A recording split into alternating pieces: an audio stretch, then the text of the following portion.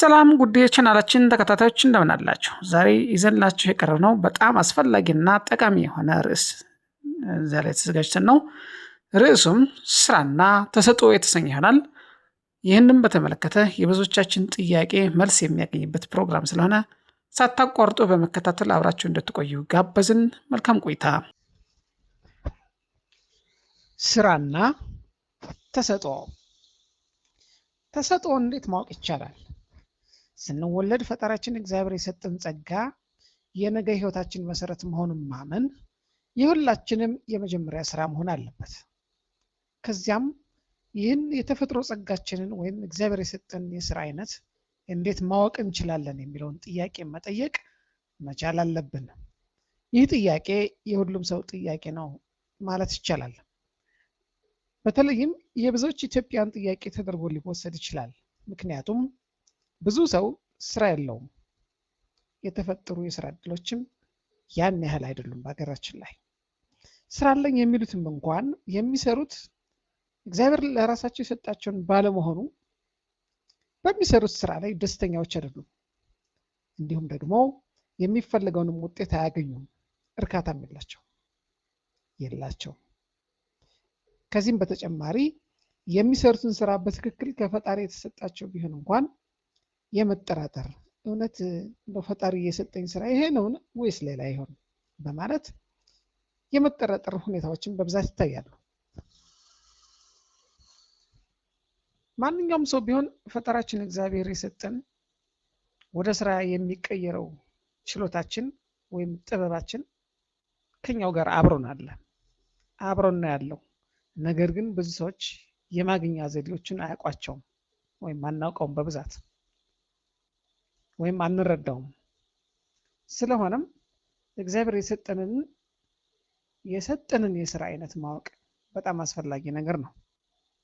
ለምን ቢባል የኛ ባልሆነ ስራ ላይ ጊዜያችንን፣ ጉልበታችንን፣ ገንዘባችንን፣ ማቴሪያላችንን እንዳናባክን እንዳንማረርም ከዚህም አልፎ የከፋ ኑሮ እንዳይገጥመን ፈጥነን ወደ ራሳችን ደስተኛ ህይወት መግባት እንድንችል የራሳችን ተሰጥኦ ማወቁ ከፍተኛ ጠቀሜታ አለው ማለት ነው።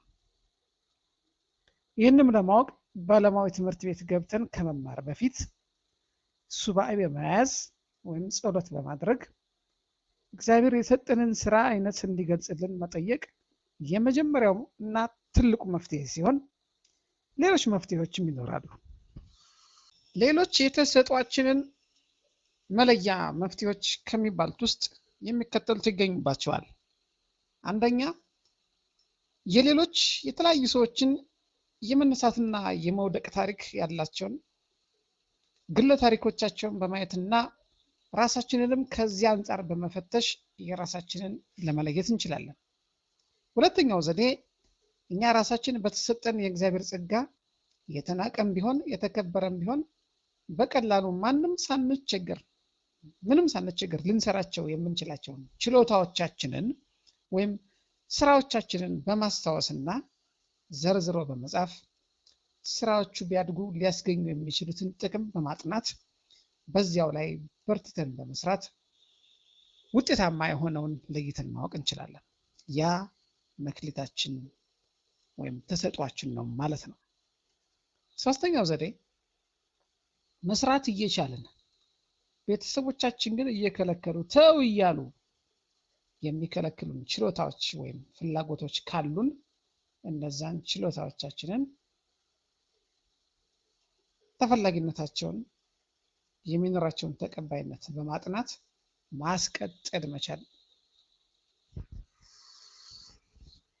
ሶስተኛው ዘዴ፣ መስራት እየቻልን ቤተሰቦቻችን ግን ተው እያሉ የሚከለክሉን ችሎታዎች ካሉ ወይም ተው እያሉ የሚከለክሉን ፍላጎቶቻችን ካሉን እነዛ ተሰጥኦቻችን መሆናችንን ማወቅ አለብን ማለት ነው። አራተኛው ዘዴ፣ እኛ የምንችለውን ነገር ካላወቅን ሌሎች ሰዎች እኛን የሚያደንቁብን ለኛ ምንም ያልመሰለን ችሎታዎቻችን ካሉ እነዛን ችሎታዎች የሚኖራቸውን ተፈላጊነት በማጥናት መለየትና ማወቅ መቻል። በዚያም ላይ ደግሞ ብዙ ስራዎችን ለመስራት የምንችል መሆኑን መረዳት። አምስተኛው ዘዴ እኛ የምንሰራው ነገር የሚረባ ስራ አይደለም ብለን ሰፋ አድርገን ያላየ ነው ግን የምናውቀው ችሎታ ካለን ያንን በመፈለግ። ስድስተኛው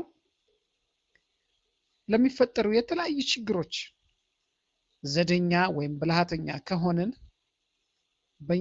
በእኛ ዘዴ የተሳካላቸው ሰዎች በእኛ ዘዴኛነት የተሳካላቸው ሰዎች ከመሰከሩልንና እኛም ራሳችን በራሳችን የምንተማመን ከሆነ ያ ተሰጥኦአችን ነው ማለት ነው። ሰባተኛው እና ሰፋ ያለው ትንታኔ የሚገኝበት ደግሞ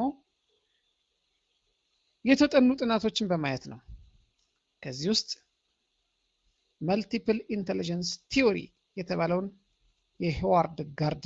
የዶክተር ሆዋርድ ጋርድነርን ጥናት እዛ ላይ እያየን ራሳችንን መፈተሽና የትኛው ቦታ ላይ እንዳለን ማወቅ እንችላለን። እሱን ደግሞ ሰፋ ዘርዝር አድርገን ለብቻው እንመለከተዋለን።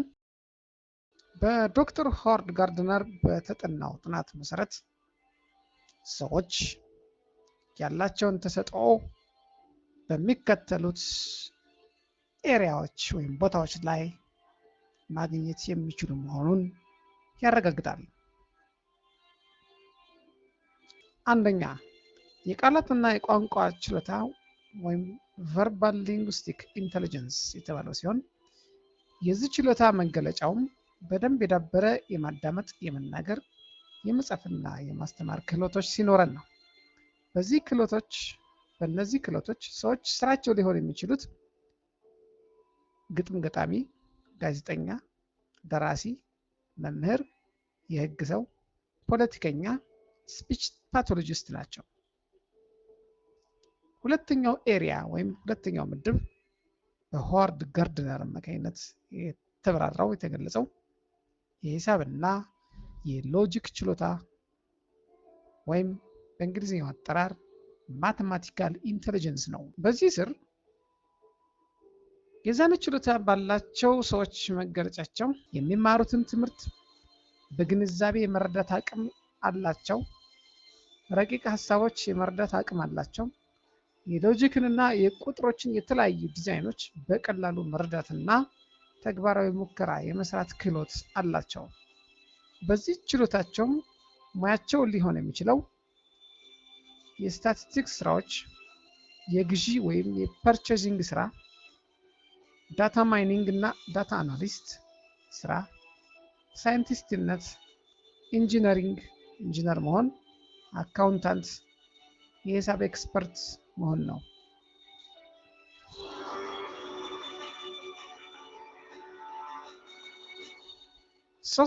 ሶስተኛው አይነት ምድብ የሙዚቃ ችሎታ በእንግሊዝኛው አጠራር ሚውዚካል ኢንተለጀንስ። ይህ ችሎታ ያላቸው ሰዎች መገለጫቸው የመዝፈን፣ የሙዚቃ መሳሪያ መጫወት፣ ሙዚቃን የማቀናበር ክህሎትን ያሳያሉ። በዚህ ክህሎታቸውም ስራቸው ሙዚቀኛ፣ ዘማሪ፣ ሙዚቃ አቀናባሪ፣ የሙዚቃ አስተማሪ፣ የሙዚቃ ጋዜጠኛ፣ የሙዚቃ ሕክምና ሰጪ መሆን ነው። አራተኛው አይነት ምድብ የቪዥዋል ስፓሻል ኢንተለጀንስ። የዚህ ችሎታ ያላቸው ሰዎች መገለጫዎች ስዕሎችንና ምስሎችን ለማሰብና በትክክል ለማሳየት አቅሙ አላቸው። ፐዝሎችን የመገንባት፣ የቀለም ቅብ ችሎታ፣ የመገንባት ክህሎት፣ የመጠገንና የተለያዩ ነገሮችን ዲዛይን የመስራት ክህሎት አላቸው። የዚህ አይነት ችሎታ ያላቸው ሰዎች ሊኖራቸው የሚችለው የስራ አይነት ግራፊክ ዲዛይነር፣ ላንድስኬፕ አርክቴክት፣ የህንፃም ሆነ የሌላ ነገርን ዲዛይን የሚሰራ ማለት ነው፣ ፎቶግራፈር፣ መካኒክ፣ ኢንጂነር፣ አዲስ ግኝት አፍላቂ ወይም ኢኖቬተር እና አርቲስት የመሆን እድሎች ናቸው።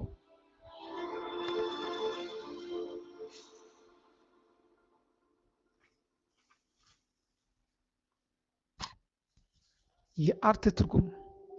አርት ስንል በዚህ ውስጥ በማንኛውም ነገርና ስራ ላይ ሊንጸባረቅ የሚችል በማየት በመማርና በመስራት የሚገኝ ማንኛውም ችሎታ ማለት ነው። የአርት ትርጉም ይሄ ነው። አምስተኛው አይነት የኢንተሊጀንስ መፈተሻ ቦታ ወይም ኤሪያ ኢንተሊጀንስ ኤሪያ የሰውነት የእንቅስቃሴ ችሎታ በእንግሊዝኛው አጠራር ቦድሊ ካይነስታቲክ ኢንተሊጀንስ የተባለው ነው። የዚህ ችሎታ ያላቸው ሰዎች መገለጫዎች የሰውነታቸውን እንቅስቃሴ መቆጣጠርና ነገሮችን በሰውነታቸው የመያዝ ክህሎት መኖር፣ እንዲሁም ደግሞ የዳንስ፣ የስፖርት፣ የአክቲንግ፣ በእጅ የሚሰሩ የተለያዩ ሙከራዎችን የመስራት ነገሮች መለያ ጠባዮቻቸው ናቸው። ስራቸው ሊሆን የሚችለው ፊዚካል ቴራፒስት፣ ገበሬ፣ መካኒክ፣ አናጺ፣ የእሳት አደጋ ሰራተኛ፣ አክተር፣ ዳንሰኛ፣ የሰውነት ማጎልመሻ ትምህርት መምህር ናቸው።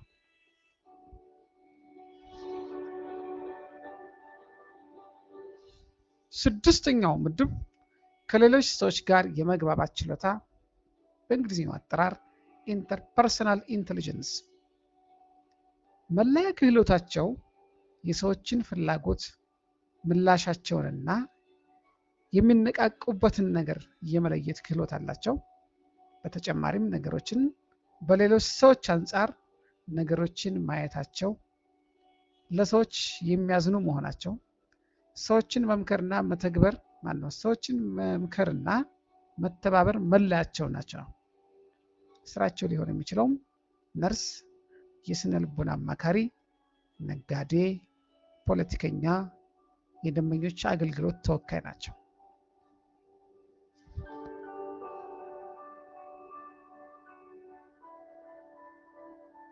ሰባተኛው የምድብ አይነት ደግሞ ራስ አወቅ ችሎታ ያላቸው በእንግሊዝኛው አጠራር ኢንትራፐርሰናል ኢንተሊጀንስ።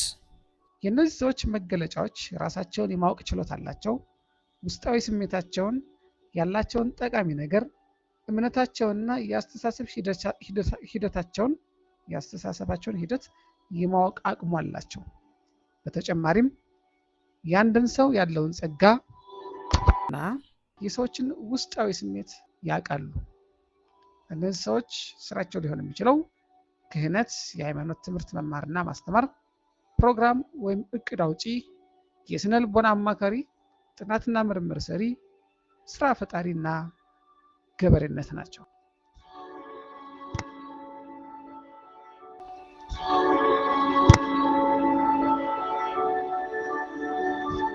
ስምንተኛው አይነት ምድብ የተፈጥሮ ተመራማሪ በእንግሊዝኛው አጠራር ናቹራሊስት ኢንተሊጀንስ። የእነዚህ ሰዎች መገለጫዎች እጽዋትን፣ እንስሳትንና ሌሎች ነገሮችን በተፈጥሯቸው የማወቅና የመመደብ ችሎታ አላቸው። ማንኛውም ነገር ከተፈጥሮ ጋር ያለውን ግንኙነት ያውቃሉ። የሳይንስን ንድፈ ሀሳብ በተግባር ይተረጉማሉ። የአትክልትና የፍራፍሬ ባለሙያ፣ አትክልተኛ፣ የምድር አቀማመጥ ንድፍ ነዳፊ ወይም አርክቴክት፣ ገበሬ፣ የፓርክ ሰራተኛ፣ የእንስሳት አሰልጣኝ፣ ተፈጥሮ አድናቂ፣ አካባቢ ተንከባካቢ እና ሳይንቲስት መሆን የሚችሉትም እነዚሁ ሰዎች ናቸው። ሲጠቃለል ራሳችንን ባየንበት ችሎታ ላይ እርግጠኛ ስንሆን ስራችንን እናውቀናል ማለት ነው። ከዚህ ቀጥለን ማድረግ ያለብን በችሎታችን ላይ የሚሰጡ ተጨማሪ ትምህርቶች ወይም ስልጠናዎች ካሉ እነሱን መሰልጠንና ማዳበር፣ ከዚያም በዚያው ችሎታችንን እያዳበርን የሚሰሩ ስራዎችን ካሉበት ፈልገን በመስራት የገቢ ምንጫችን ማድረግ መቻል ነው።